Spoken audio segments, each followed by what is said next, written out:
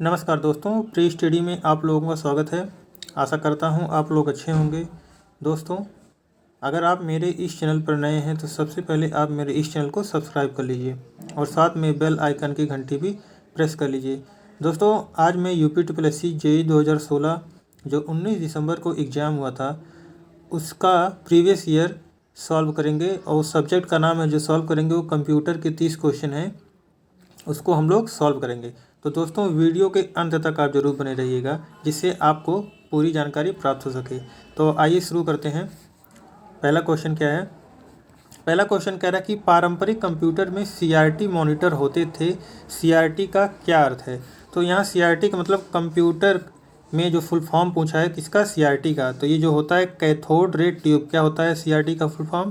Cathode ray tube होता है। आइए नेक्स्ट क्वेश्चन पे चलते हैं। नेक्स्ट क्वेश्चन कह रहा है कि which type of modem contains clock recovery circuits.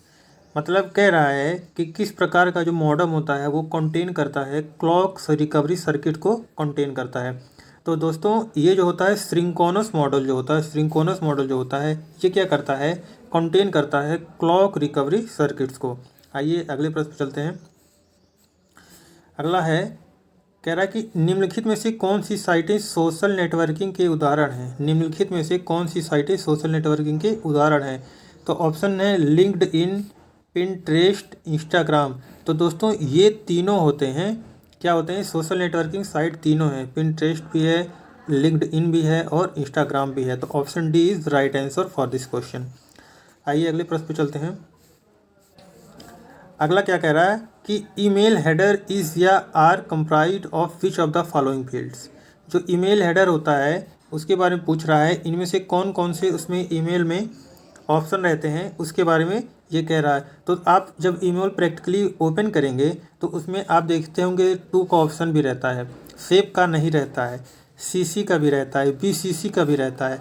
तो इस हिसाब से 1+2+1+3+4 ये नहीं रहेगा। तो ऑप्शन कौन सा है? तो option D 1, 3, 4 is right answer. आइए अगले प्रश्न पर चलते हैं। अगला क्या कह रहा है? अगला कह रहा है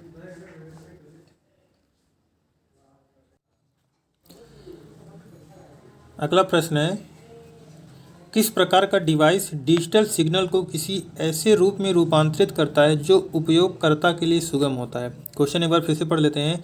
क्वेश्चन कह रहा है किस प्रकार का डिवाइस डिजिटल सिग्नल को किसी ऐसे रूप में रूपांतरित करता है जो उपयोगकर्ता के लिए सुगम होता है? उसे क्या कहते हैं? उसे कहते हैं आउटपुट डिवाइस। क्या कहते हैं? आउटपुट डिवाइस उसे कहते हैं। अगला प्रश्न क्या है? अगला कह रहा है कि निम्न में से कौन सा बाइनरी संख्या प्रणाली का उदाहरण है? मतलब ये पूछा है कि बाइनरी में जो नंबर यूज होते हैं उसका उदाहरण कौन सा है? 3A16, 14870, 11101, 3502, 6। तो आप लोग जानते हैं बाइनरी में केवल 2 डिजिट का प्रयोग होता है, एक 0 और 1। तो 0 और 1 जिस ऑप्शन में है वही ऑप्शन सही है। तो option C is right answer. आइए अगले प्रश्न पर चलते हैं। अगला क्या कह रहा है कि एसएसडी का अर्थ क्या है? मतलब फुल फॉर्म पूछा है किसका, एसएसडी का। तो solid state drive, small state drive, solid state drive, static state drive. तो जो एसएसडी का फुल फॉर्म होता है वो सॉलिड स्टेट ड्राइव होता है, सॉलिड स्टेट ड्राइव होता है। आइए अगले प्रश्न चलते हैं। अगला क्या कह रहा है? कह रहा है ईमेल के लिए निम्न में से किस प्रोटोकॉल का उपयोग किया जाता है? ईमेल के लिए निम्न में से किस प्रोटोकॉल का उपयोग किया जाता है? तो ईमेल के लिए 2 प्रोटोकॉल का प्रयोग किया जाता है, एक SMTP और एक POP। आइए नेक्स्ट क्वेश्चन पे चलते हैं। नेक्स्ट क्वेश्चन क्या कह रहा है कि माइक्रोसॉफ्ट एक्सेल में फॉर्मेट प्रिंटर को कई बार क्रमानुसार उपयोग करने के लिए निम्नलिखित में से कौन सी क्रिया करनी चाहिए? तो कौन सी क्रिया करनी चाहिए? तो इसमें क्रिया करनी चाहिए कि फॉर्मेट पेंटर आइकॉन पर डबल क्लिक करने के अनुसार, तो ये क्रमानुसार उपयोग होता है माइक्रोसॉफ्ट एक्सेल में फॉर्मेट पेंटर। तो फॉर्मेट पेंटर आइकॉन पर डबल क्लिक इसका उत्तर सही है। आइए नेक्स्ट क्वेश्चन पर चलते हैं। नेक्स्ट क्वेश्चन क्या है?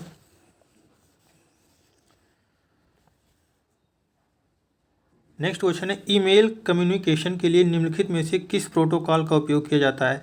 मतलब इसमें पूछा है कि ईमेल में कौन कौन से प्रोटोकॉल का प्रयोग किया जाता है। तो ईमेल में जो प्रोटोकॉल का प्रयोग किया जाता है वो SMTP, POP, IMAP। कौन कौन सा किया जाता है? SMTP, POP, IMAP। तो ऑप्शन 2, 3, 4, तो 2, 3, 4 ऑप्शन बी इज राइट। अगले प्रश्न पर चलते हैं। निम्नलिखित में से किन रिसेंट ट्रेंड्स को प्रोसेसर, मेमोरी इत्यादि जैसे विभिन्न कंप्यूटिंग संसाधनों को सारांशन के रूप में परिभाषित किया जा सकता है जो आईटी के खर्च को कम करने का सबसे प्रभावी तरीका है? तो artificial intelligence, clustering, storage area network, virtualization. तो इसका जो उत्तर है वो वर्चुअलाइजेशन होता है। आइए नेक्स्ट क्वेश्चन पे चलते हैं।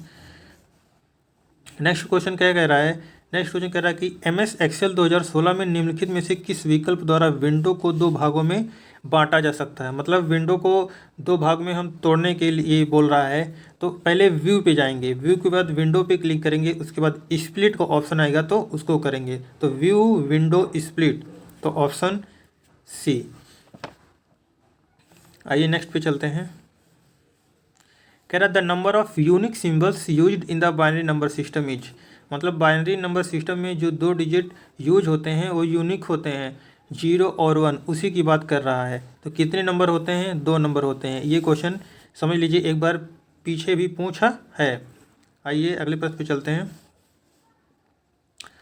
अगला क्या कह रहा है? निम्नलिखित में से कौन सा I/O डिवाइस एक ब्लॉक डिवाइस है? I/O का मतलब इनपुट आउटपुट। क्या होता है I/O का मतलब होता है इनपुट और आउटपुट। तो इसमें जो होता है टेप ड्राइवर होता है वो इनपुट और आउटपुट दोनों होता है। क्या होता है? टेप ड्राइवर को इनपुट और आउटपुट दोनों कहते हैं। अगला प्रश्न है मेल प्राप्तकर्ता को दूरस्थ सर्वर से ईमेल पुनर्प्राप्त करने के लिए निम्न में से कौन सी क्रियाविधि प्रदान करता है? मतलब ये कह रहा है कि जो ईमेल में 2 प्रोटोकॉल होते हैं, मतलब सर्वर होते हैं, SMTP सर्वर, POP सर्वर दोनों होते हैं। तो प्राप्तकर्ता को दूरस्थ सर्वर से ईमेल पुनर्प्राप्त करने के लिए, तो ये जो होता है पुनर्प्राप्त करने के लिए, ये POP सर्वर बोलते हैं। और जो भेजता है वो SMT, जैसे सेंडर सर्वर बोलते हैं, उसे SMT होता है, वो SMTP होता है, सॉरी। तो आइए अगले प्रश्न पे चलते हैं। अगला कह रहा है how much free storage does Gmail provide. मतलब जीमेल जो होता है उसमें कितने फ्री स्टोरेज होते हैं, कितने GB? तो इसमें होता है 15 GB जो होता है फ्री स्टोरेज होता है जीमेल में। अगला क्या कह रहा है कि डेडलॉक क्या है? डेडलॉक क्या है? तो डेडलॉक दोस्तों वह स्थिति जहां प्रत्येक प्रोसेस अवरुद्ध हो जाता है और रिसोर्स रिलीज करने के लिए दूसरे की प्रतीक्षा करता है, वही डेडलॉक होता है। Option A is right. Next question पे चलते हैं। नेक्स्ट क्वेश्चन पे पूछा है SMTP का पूर्ण रूप, मतलब full form of SMTP, simple mail transfer protocol. Option B is right. आइए अगले पे चलते हैं 39 पे। 39 क्वेश्चन नंबर कह रहा है कि निम्नलिखित में से माइक्रोसॉफ्ट वर्ड का कौन सा व्यू टेक्स्ट दिखाता है, जैसे यह हेडर और फुटर के बिना प्रिंटेड फॉर्मेट में दिखाई देता है? दोस्तों तो ये जो प्रिंटेड फॉर्म में दिखाई देता है वो क्या होता है? ड्राफ्ट व्यू जो होता है वो माइक्रोसॉफ्ट वर्ड का टेक्स्ट दिखाता है। यह हेडर और फुटर के बिना प्रिंटेड फॉर्मेट में भी ये दिखाई देता है, वो क्या है? ड्राफ्ट व्यू होता है। आइए अगले प्रश्न पर चलते हैं। अगला कह रहा है कि निम्नलिखित में से किसे ओवरलोड किया जा सकता है? किसे ओवरलोड किया जा सकता है? तो फंक्शन जो होता है उसको हम लोग क्या कर सकते हैं? ओवरलोड कर सकते हैं। किसको? फंक्शन को हम लोग क्या कर सकते हैं? ओवरलोड कर सकते हैं। अगले पे चलते हैं। अगला क्वेश्चन कह रहा है कि एक्सेल 2016 में कॉलम G और कॉलम H के बीच 3 कॉलम डालने के लिए आप क्या करेंगे? एक्सेल 2016 में कॉलम G और कॉलम H के बीच 3 कॉलम डालने के लिए आप क्या करेंगे? तो दोस्तों 3 कॉलम डालने के लिए हम क्या करेंगे? जो कॉलम H सेलेक्ट करेंगे और राइट क्लिक करके 3 बार इंसर्ट सेलेक्ट करेंगे। मतलब ऑप्शन बी जो है वो राइट आंसर है। कॉलम H सेलेक्ट करेंगे, G और कॉलम H के बीच में H सेलेक्ट करेंगे और राइट क्लिक करके 3 बार इंसर्ट सेलेक्ट करेंगे। आइए नेक्स्ट पर चलते हैं। नेक्स्ट क्वेश्चन है निम्नलिखित में से किसका नाम क्लास के नाम के समान होना चाहिए? किसके नाम क्लास के नाम के समान होना चाहिए? तो जो कंस्ट्रक्टर होता है उसका जो नाम होना चाहिए वो क्लास के नाम के समान होना चाहिए। नेक्स्ट पे चलते हैं। नेक्स्ट कह रहा है read the following statement about email and choose the correct option. इसमें ईमेल को रीड करना है और उसमें चूज करना है करेक्ट ऑप्शन कौन सा है। तो जो user name and the domain name are separated by at symbol, domain name और सिंबल नेम किससे सेपरेट होते हैं, एट सिंबल, ये बात तो सही है। और email addresses are case sensitive, no, जो सेंसिटिव नहीं होता, ईमेल केस का जो एड्रेस होता है वो सेंसिटिव नहीं होता है। तो ऑप्शन ए सही है और ऑप्शन बी, ऑप्शन दूसरा गलत है। Option A is true, two is false, option B is right. आइए नेक्स्ट पर चलते हैं। अगला क्या कह रहा है, अगला कह रहा है कि where does the operating system keep information about all process. मतलब जो ऑपरेटिंग सिस्टम होता है वो सभी इंफॉर्मेशन को एक जगह प्रक्रिया करके रखता है, स्टोर करता है। तो उसको हम क्या कहते हैं, उसको प्रोसेस टेबल कहते हैं। क्या कहते हैं, प्रोसेस टेबल कहते हैं। यहाँ CPU मत मानिएगा, ये प्रोसेसिंग का कार्य करता है, ना कि स्टोर का काम करता है। आइए नेक्स्ट पर चलते हैं।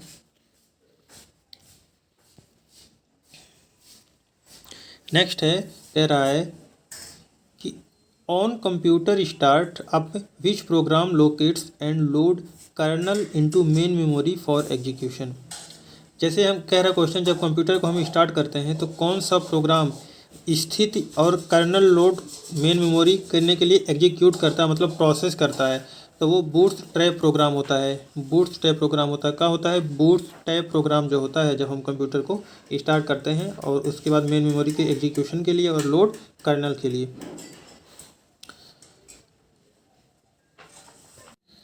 अगला क्वेश्चन है कि निम्नलिखित में से क्या एस रैम की विशेषता नहीं है, मतलब स्टैटिक रैम की विशेषता नहीं है। इसमें से एक, चार ऑप्शन है, 3 स्टैटिक रैम की विशेषता है, एक नहीं है। कह रहा है इसे इस रैम में प्रत्येक सेल फ्लिप फ्लॉप से बना होता है जो एक बिट स्टोर करता है। दोस्तों ये ऑप्शन सही है, ये इसकी विशेषता है। एस रैम में प्रत्येक सेल फ्लिप फ्लॉप से बना होता है जो एक बिट स्टोर करता है, ये ऑप्शन क्या है, सही है। फिर कह रहा है इसे 1 सेकंड में कई बार रिफ्रेश करने की आवश्यकता होती है, नहीं, ये स्टैटिक रैम में कई बार रिफ्रेश करने की आवश्यकता नहीं होती। ये डायनेमिक रैम में इसको आवश्यकता होती है कई बार रिफ्रेश करने की। स्टैटिक बार में एक ही बार रिफ्रेश करने से हो जाता है, बार बार रिफ्रेश नहीं करना पड़ता है। तो ये ऑप्शन तो डायनेमिक रैम का हो गया। फिर अगला देख लेते हैं, डी रैम की तुलना में इसमें छोटी रीड राइट साइकिल होती है, ये बात भी क्या इसकी विशेषता है, सही है। एस रैम का उपयोग विशेष अनुप्रयोगों में किया जाता है, ये बात भी सही है। तो ऑप्शन बी जो है ये है इसका गलत, जो कि एस रैम की विशेषता नहीं है, ये किसकी विशेषता है, डायनेमिक रैम की विशेषता है। आइए नेक्स्ट क्वेश्चन पर चलते हैं।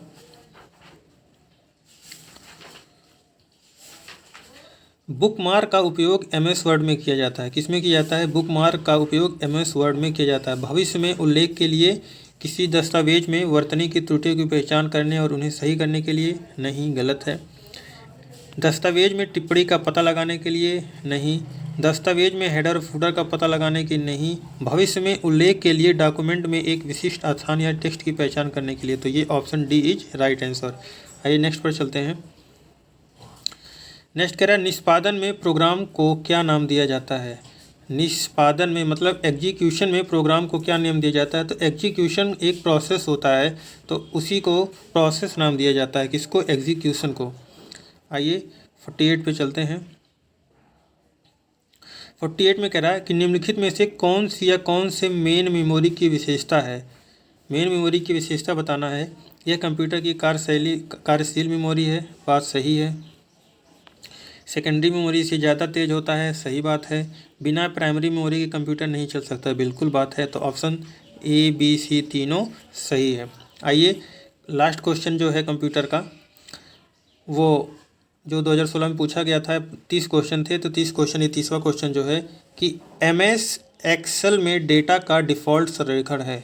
MS एक्सेल में डेटा का जो डिफ़ॉल्ट संरेखण होता है वो क्या होता है, जो टेक्स्ट होते हैं वो लेफ़्ट अलाइंड होते हैं और जो नंबर होते हैं वो राइट अलाइंड होते हैं। टेक्स्ट और नंबर क्या होते हैं, टेक्स्ट लेफ़्ट अलाइंड होता है, नंबर राइट अलाइंड होता है। तो ये था ऑप्शन ए इसका सही उत्तर।